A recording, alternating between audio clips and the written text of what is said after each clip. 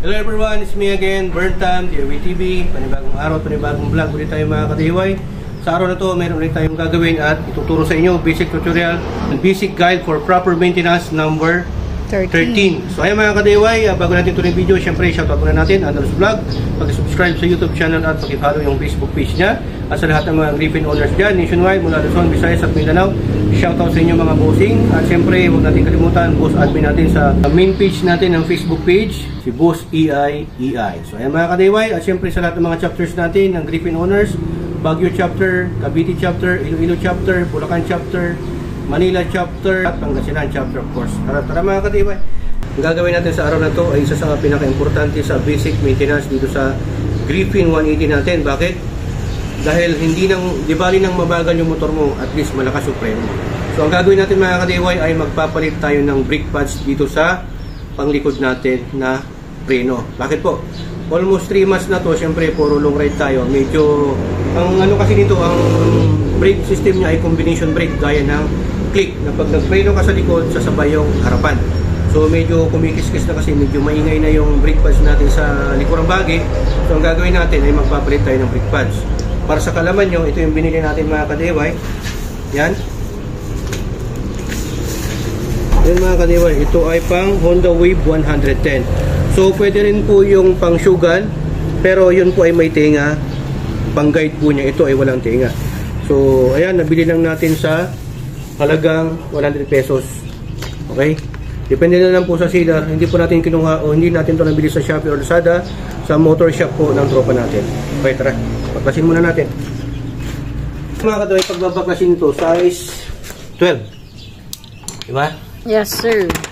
So, gamit tayo ng impact drive para mas mabilis trabaho. Ito ang babaklasin nyo dito. Dalawa ito. Taas. Yung dalawang bolt na yan, para magawa natin yan. Yan. Gamit tayo ng extension bar.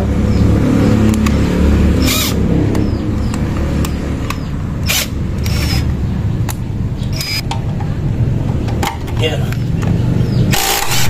Yun. Taas. Yan. So, ganyan lang po ang pagbabaklas nito mga ka-DIY. Yan. Dalawang bolt. Tapos, dahan-dahan. Yan. So, ganun lang po. Ayan, to makikita na natin. Yan, oh. Medyo manipis na. Yung style ko kasi mga ka-DIY, hindi ko na pinapaubos to para hindi mag-sacrifice yung disc plate natin or yung itong disc natin. Kasi para hindi siya maupod. Okay? So, mura lang naman tong brake pads. So, ito na yung papalitan natin. So, sa pagbabaklas ito, pag nabaklas nyo na yung dalawang bolt, ito na size 12, ito naman ang tatanggalin nyo. Itong allen bolt dito. So, ito yung gamit natin na Flyman. Yan. Yun. Kasi meron niyang ano mga ka-DIY, yung lock, may guide po siya na kung saan nakalagay dito yung brake pad. Ayan siya kahaba kasi hinuhold niya tong brake pad para hindi kumalas. So ito yung babaklasin natin. Ayan. So pag naluwagan nyo na ito mga ka-DIY, gawin nyo lang dito, hugutin nyo lang. Ayan. Ito siya direksyong trip. Para matanggal natin yan. Yun. Magre-release yan mga ka-DIY. Ito.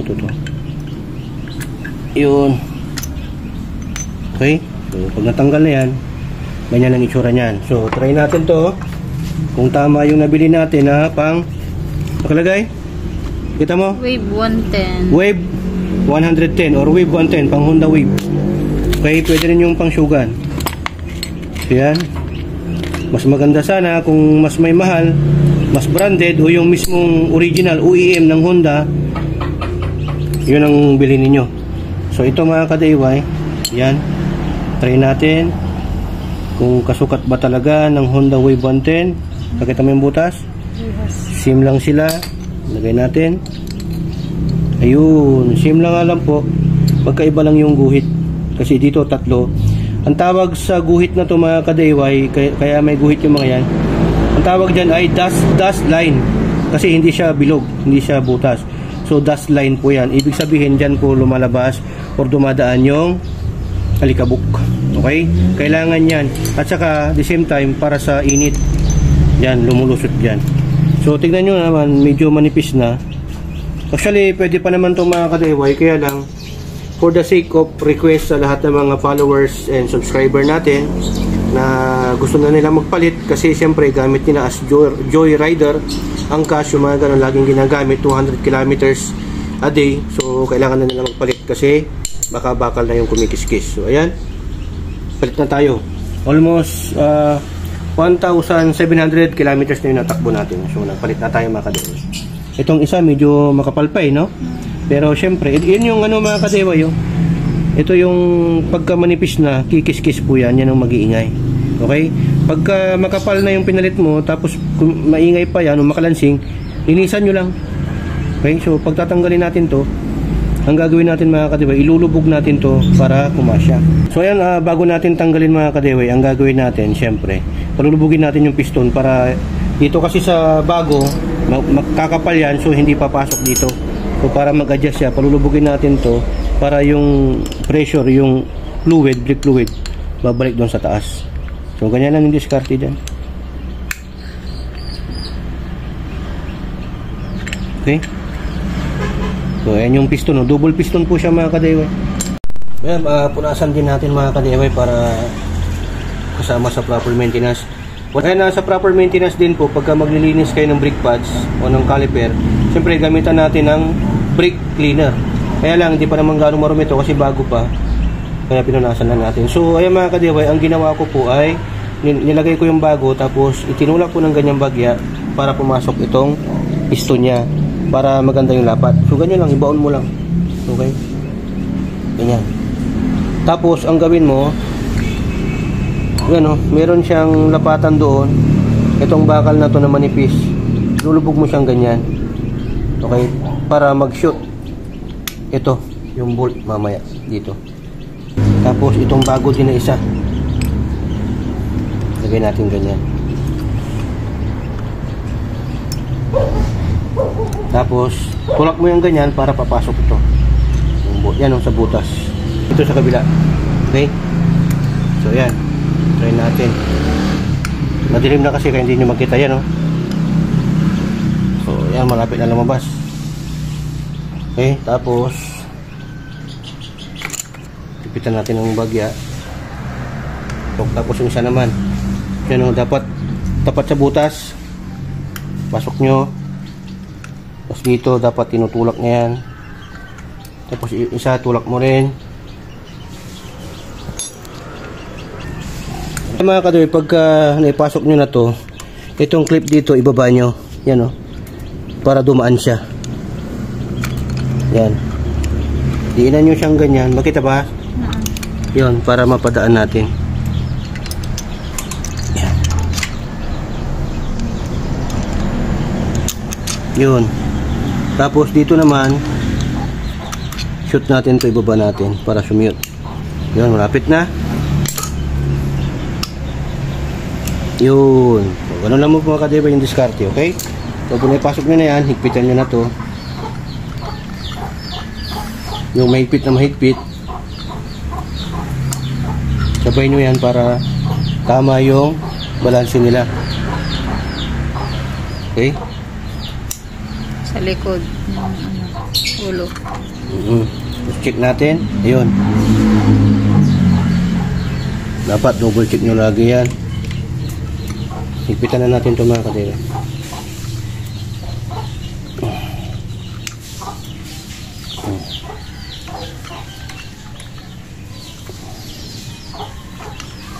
Kailangan higpit to. Kasi meron siyang ano, yung factory setting, yung kulay. So ayan, lagyan na natin.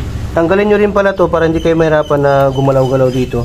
Para hindi rin napipersa tong ano niya, brake hose niya. Okay? So yan yung brake hose niya. Jinlong .sai G1401. Yan yung code niya. Okay? So ang importante po na isa, pagka nagbaklas na rin kayo nitong caliper, maliban sa pupunasan nyo yan, check nyo tong gulong, paikutin nyo, dapat mag-free play po yan. Pagka pinaikot nyo ng ganyan, iikot niya mag-isa. na hindi nahirapan. Yan, dapat ganyan. Tapos i-check nyo kung maugong kasi baka nabiring na. Pagka maugong yan, may diferensya dito sa bearing. Ang gawin ninyo, i-check nyo yung bearing. Kung walang grasa, lagyan nyo ng grasa. Ipa-regrease nyo. Ikaw na mismo mag-regrease, dapat yung high temp para sa bearing talaga. Tatanggalin mo lang naman to.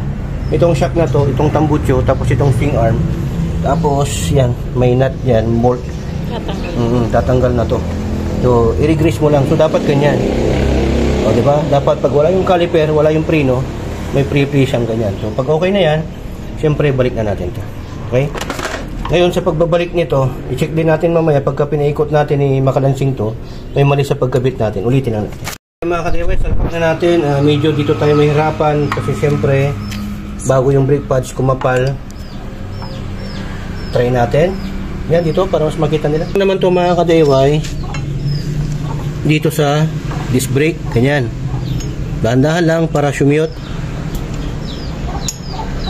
Yun no. Tapos pagka, yan, tapat mo lang ganyan. Tapos, angatin mo lang, dahan-dahan. Tapos, tapat natin dito. So, yun, sumiyot na. Lagyan natin yung bolt mga ka-DIY. Ganyan lang po ka-basic. Basic lang po sa may alam. Pero sa mga walang alam, very informative po ito. Yan, so kailangan lang natin itapat to. Tapos dito. Tapos saka natin higpitan. Size 12. Yes. Yun.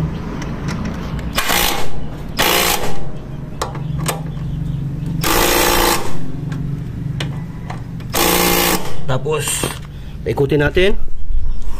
Prenuhin ko. Sige. Pakita natin na maganda yung ikot. May pre-play. Tapos, preno mo. Dapat may magpipreno. Sige, sir. Sige lang. Dito mga ka-DIY, pagka i-brake natin, para lumapat yung brake pad niya, kailangan bumbahin natin para bumaba yung piston, lumabas para kumapit yung preno. Sige, bumbahin mo lang. Kita mo. So, ganyan, dapat bumbahin natin hanggang sa tumigas na po yung brake lever. Pagka tumigas na po yung brake lever, ulitin natin ulit. Bitawan mo yung brake lever para mapaikot. Tapos preno. Ayun. Yun. So, yan. No? Prenuhin ko, pursahan niya. Sige. So, ayan mga ka-DIY, pakita natin sa inyo. Yung preno mo, ipaikot ko tapos preno para makita niyo yung play ng caliper. Ayan. Sige. Yun. Makapit na siya. Yun, oh. Yun. Grabe ang kapit niya mga ka-DIY. So, yan. Dito sa kabila. Paikutin natin. Yun. Yan. So, okay na siya. So, maganda yung alignment ng natin mga ka-DIY. Tingnan mo yung gulong. Ito din ang isang titignan nyo. I-check nyo. Kung pinaikot nyo to tapos gumigiwang-giwang yung gulong ninyo sa likod, may tama yan. Kaya dapat sentro lang yan. Yun, no? Ang ganda ng ikot. Yun. So, higpitan na natin. Tara. Okay na. Yun. Ang ganda ng paghigpit. So, okay na yan. Ang gawin natin ngayon, balik natin to. Yan, yung tornilyo naman to, yung bolt na to, size 8 yan. Yung para sa brake hose. Gamit lang kayo ng T-socket or size 8 na wrench. Bagit. Okay? Yan. So, testing natin mga ka-DIY.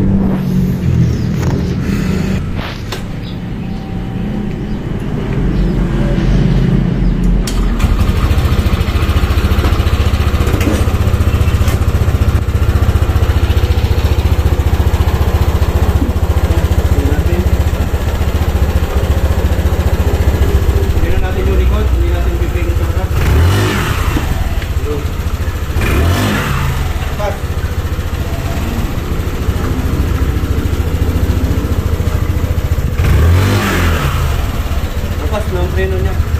Yun, ginagawa natin.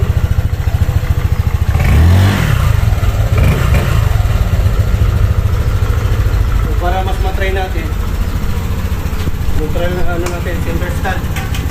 Yan. Diba? Okay. Ayos. Mga katiway, double check natin yung free play niya kung okay. Kasi ayan, lumapat na yan, nakailang bomba na tayo sa brake lever. So dapat ganyan talaga. Ayos na ayos yung ginawa natin. Tapos ito dapat walang kalog yung caliper. Check natin. So ganyan, dapat walang kalog. Tapos yan, maganda yung ikot, walang ugong o walang kumakaliskis. Kumakalansing. Diba? So ayan mga katiway, hoping na may natutunan na naman po kayo sa vlog content natin sa ngayon. Kung paano ho magpalit ng brake pad dito sa Griffin 180 natin. At kung anong brake pad ang pwede dito sa Griffin 180 natin. So inuulit ko po, pang Honda Wave 110 or Wave 110. Okay? So yan, baka magtanong kayo bakit nagpalit ako agad. Ito, inuulit ko mga kadiway, nagpalit ako agad sa panglikod kasi lagi ko pong ginagamit ang preno sa likod. Hindi po ako laging gumagamit ng preno sa harap kasi delikado po yan. So likod po ako dahil sa likod naman, pag nagpreno ka dito sa Griffin 180 natin, ay sumasabay naman po yung harap. So may portion po yan, may ratio po yan, yung tamang preno niya pag itong likod ang ipinipreno mo. So laging nauubos yung, o mas madaling maubos yung panglikod natin na brake pad. So abangan nyo kung ano yung lalagay natin o ipapalit natin ng brake pads sa harap naman. Okay? So yan, kung nagustuhan nyo itong video, i-share nyo ito, mag-comment ka sa Facebook page natin, sa YouTube channel natin. So yan mga kadiway, mag-comment lang po kayo sa video na ito sa comment box kung ano pa yung gusto nyo na i-vlog natin sa para sa maintenance, sa basic tutorial or basic guide sa Griffin natin. Okay? So ayan, dito sa XPT, natuto ka na, nakatipid ka pa dahil sa XPT, sharing is Caring. caring. So ayan, maraming salamat. Ito na po and burn time. Signing off.